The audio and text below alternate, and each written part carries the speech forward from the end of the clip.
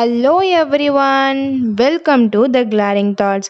Weight lossக்கு ரொம்பவே help பண்ணக்கூடிய ஒரு ஹெல்த்தியான டேஸ்டியான சிறுதானிய அடை எப்படி செய்கிறதுன்னு பார்க்கலாம்.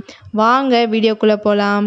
இந்த சிறுதானிய அடை நாம் சாமை அரிசியில் தான் செய்ய போகிறோம். நாம் முதல்ல 1 டம்ளர் அளவுக்கு இந்த சாமை அரிசி சேர்த்துக்கலாம். அதுக்கப்புறம் அதே 1 டம்ளரில் நம்ம புழுங்கல் அரிசி சேர்த்துக்கலாம்.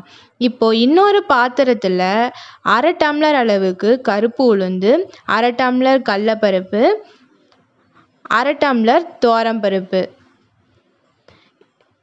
எல்லாத்தையும் சேர்த்துட்டு நம்ம தண்ணி ஊற்றி நல்லா அலசி எடுத்துக்கலாம்.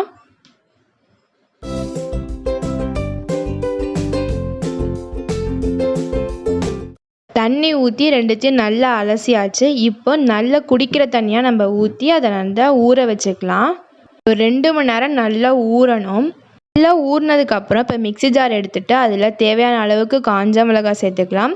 அதுக்கப்புறம் தேவையான அளவு மிளகு, அடுத்து நம்ம ஒரு 2 ஸ்பூன் அளவுக்கு சோம்பு சேர்த்துக்கலாம்.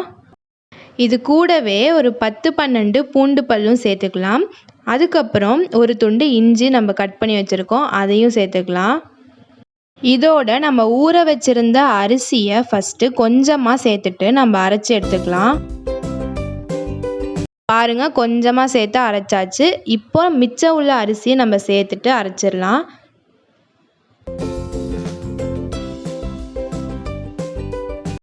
பாருங்கள், நல்லா ஸ்மூத்தாக அரைச்சாச்சு. இப்போ தனியாக எடுத்து வச்சுட்டு அதே மிக்ஸி ஜாரில் நம்ம பருப்பையும் சேர்த்து அரைச்சிட்டு அதுக்கப்புறம் வெங்காயமும் சேர்த்துக்கலாம்.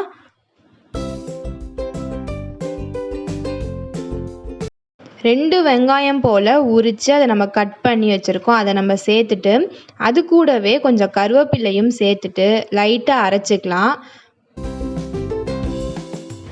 இப்படி தான் கொரன்னு அரைச்சிக்கணும். ரொம்ப ஸ்மூத்தாக அரைச்சிட்டா நல்லா இருக்காது.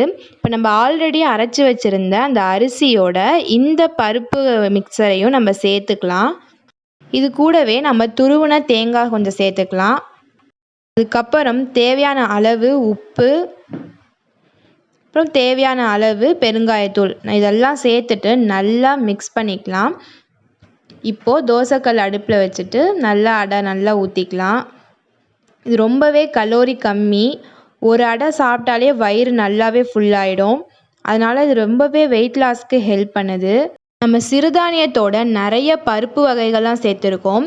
அதெல்லாமும் ப்ரோட்டீன் ரொம்பவே அதிகமாக இருக்குது. அதனால் நம்ம மசில் கெயினுக்கும் ரொம்பவே ஹெல்ப் பண்ணும். நல்லா ரவுண்டாக ஊற்றியாச்சு. இப்போ ஒரு சைடு நல்லா வெந்த உடனே நம்ம திருப்பி போட்டுக்கலாம். நல்லா கிறிஸ்பியாக வர அளவுக்கு அடுப்பில் இருக்கட்டும், அப்போ தான் நல்லா டேஸ்ட்டாக இருக்கும். டெய்லியும் இட்லி தோசைனே சாப்பிடாம இந்த அடையை ஆல்டர்னேட்டிவாக சாப்பிட்டுட்டு வாங்க. ரொம்பவே ஹெல்த்தியானது.